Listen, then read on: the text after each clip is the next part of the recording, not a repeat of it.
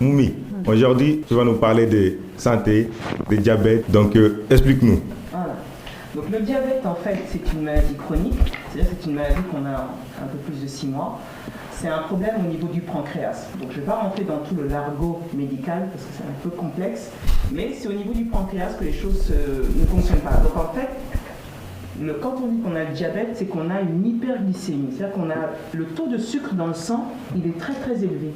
Et ce qui va se passer, c'est que quand le sucre ne va pas se transformer, ça va créer des cellules acétones, ça va être toxique en fait pour votre corps.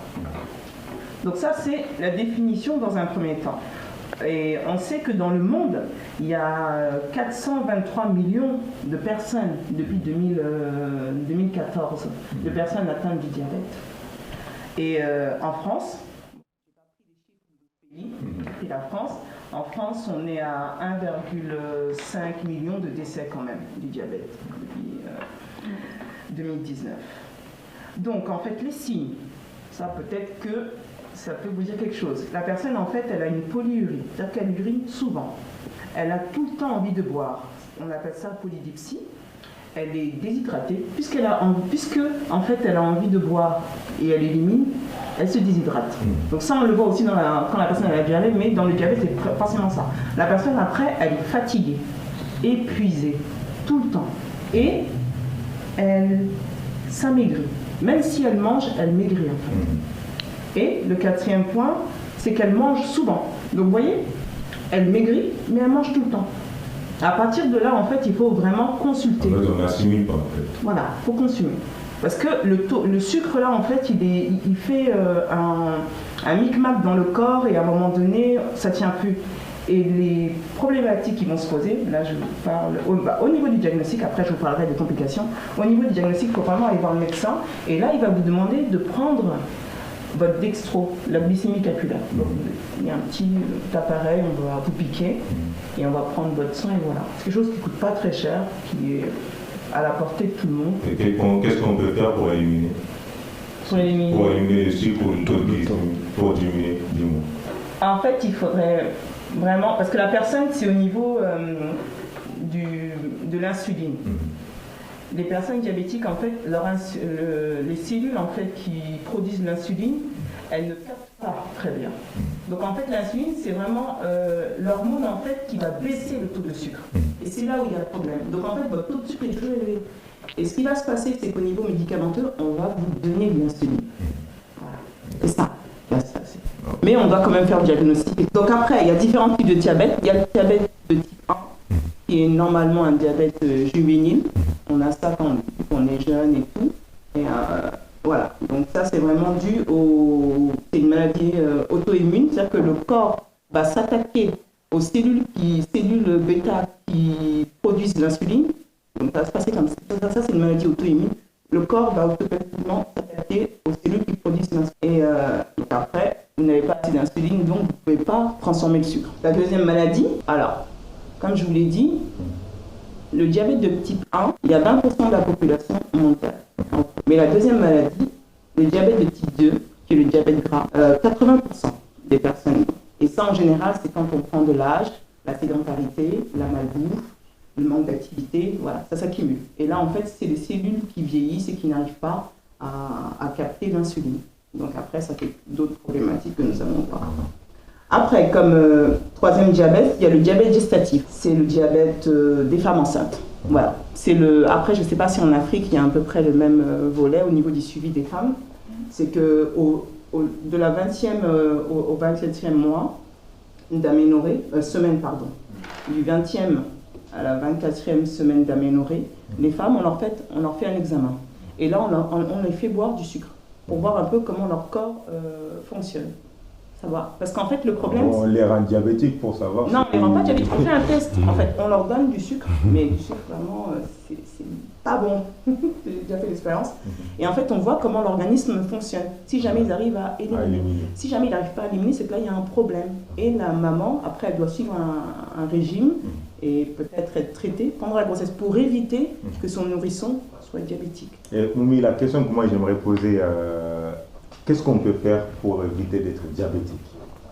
Peut-être aussi Mme Samb aussi. Je ne sais pas, pour éviter des diabétiques, c'est déjà de limiter toute la malbouffe. C'est-à-dire que tout ce qui est gras, le sucre en abondance, on sait très bien qu'avec les orientaux et les africains, on aime le sucre, le miel, on rajoute. Les dates, ça rentre dedans ou...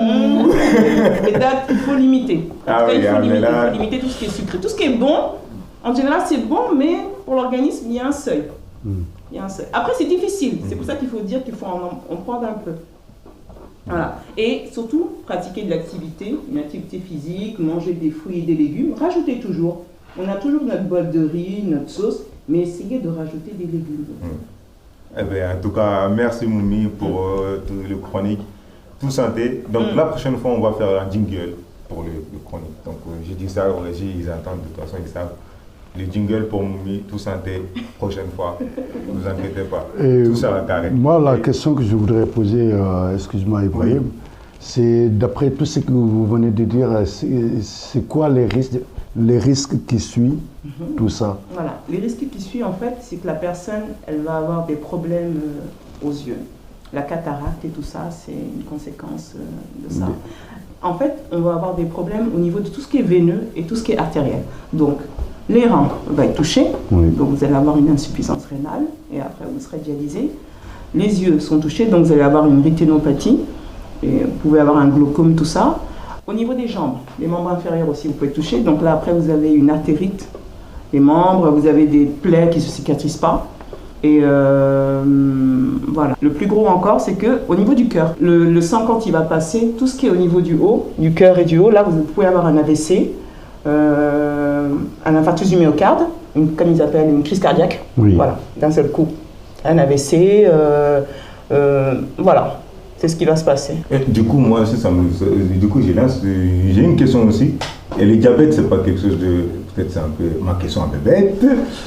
C'est pas contagieux? Non, pas du tout. Par contre, il y a des facteurs héréditaires. En général, quand on a un père ou une mère diabétique, on fait attention.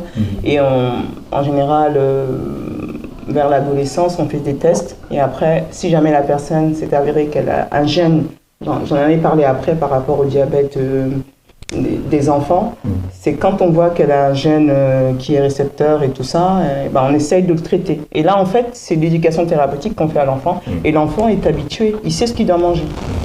Et il sait ce qu'il doit avoir comme dose d'insuline par rapport à ce qu'il a mangé. Donc, merci Moumi pour ces informations. Donc faites attention à votre santé, faites du sport. Mangez bien. Adama, par contre, on va juste passer aux invités pour aller vite parce qu'il ne nous reste pas beaucoup de temps.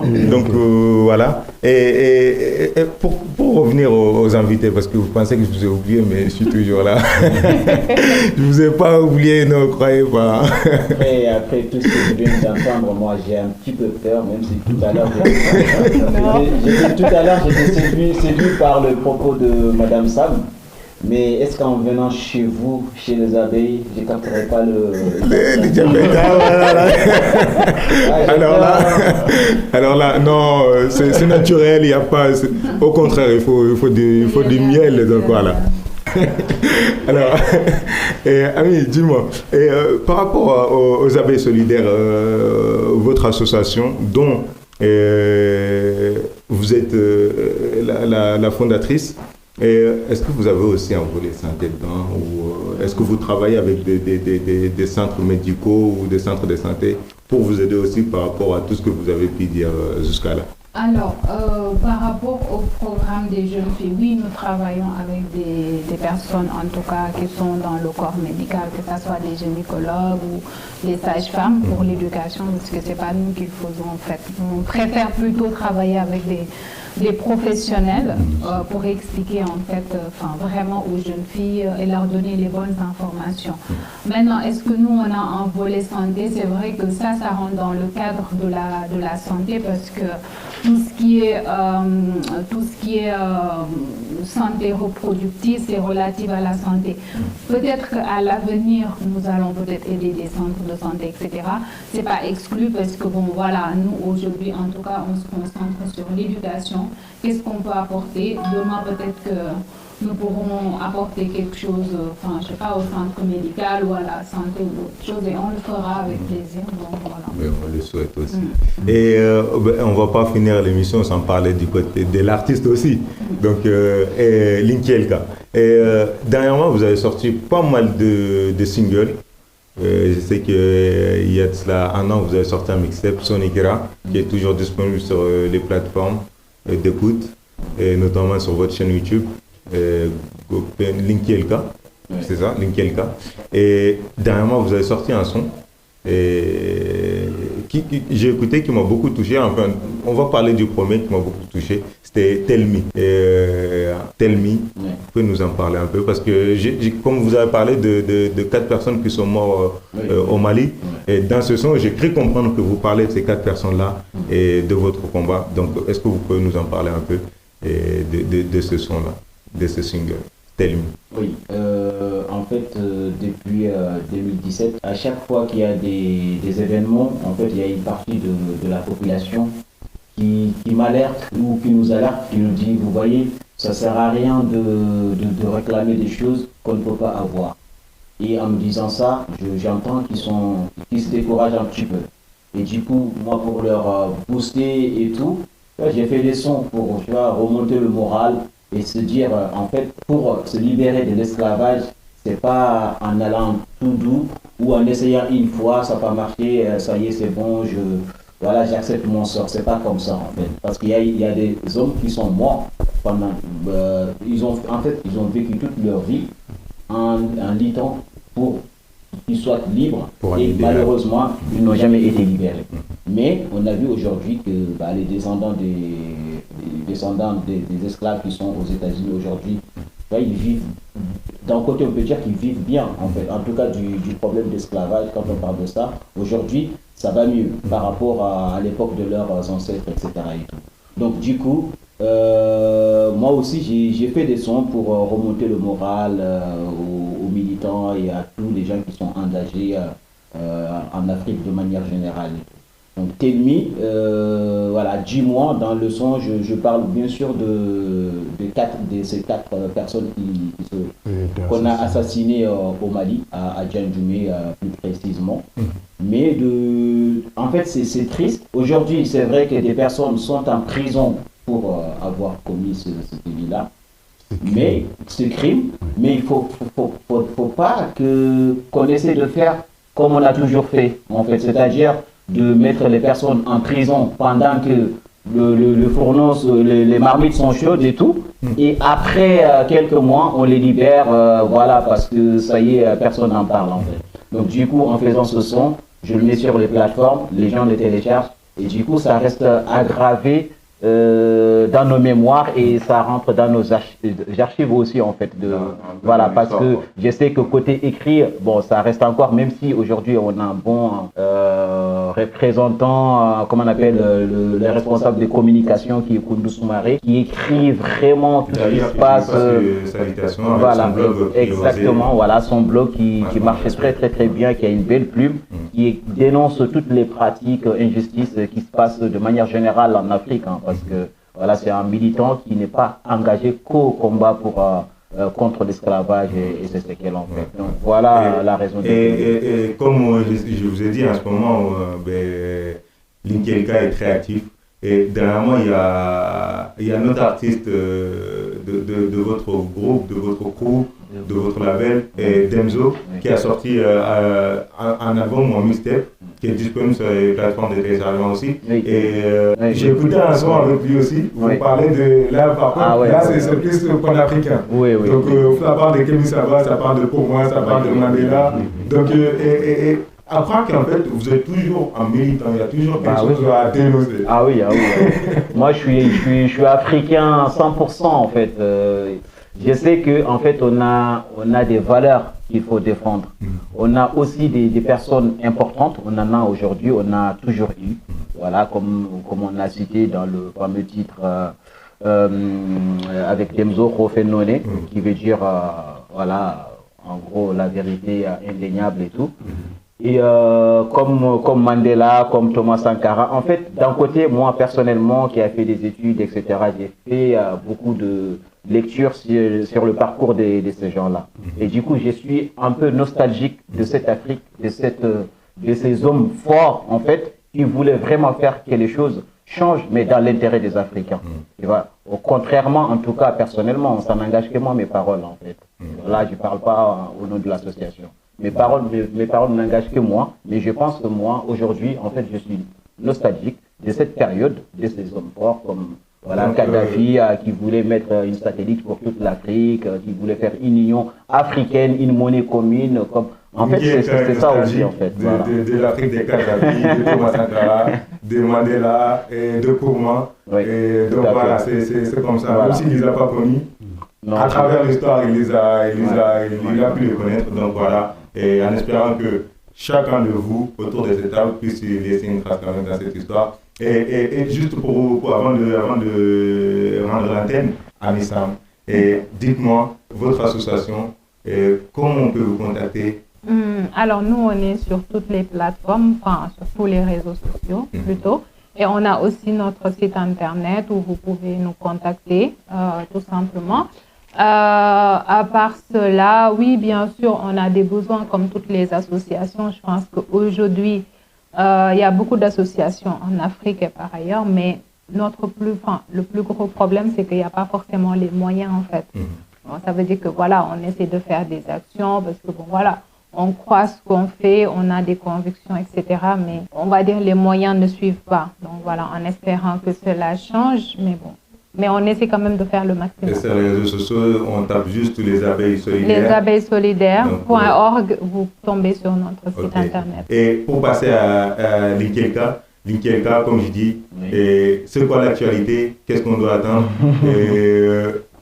Est-ce que, à part des featuring et éventuellement sur des projets l'actualité, en fait, je demanderai à tous les amoureux de la plume, de la belle parole, de la musique africaine, d'aller écouter, acheter la mixtape qui vient tous de sortir, la mixtape de Demzo, un jeune très très engagé, très révolutionnaire aussi, qui travaille toujours en équipe en fait avec moi, avec Osuka Label et tout.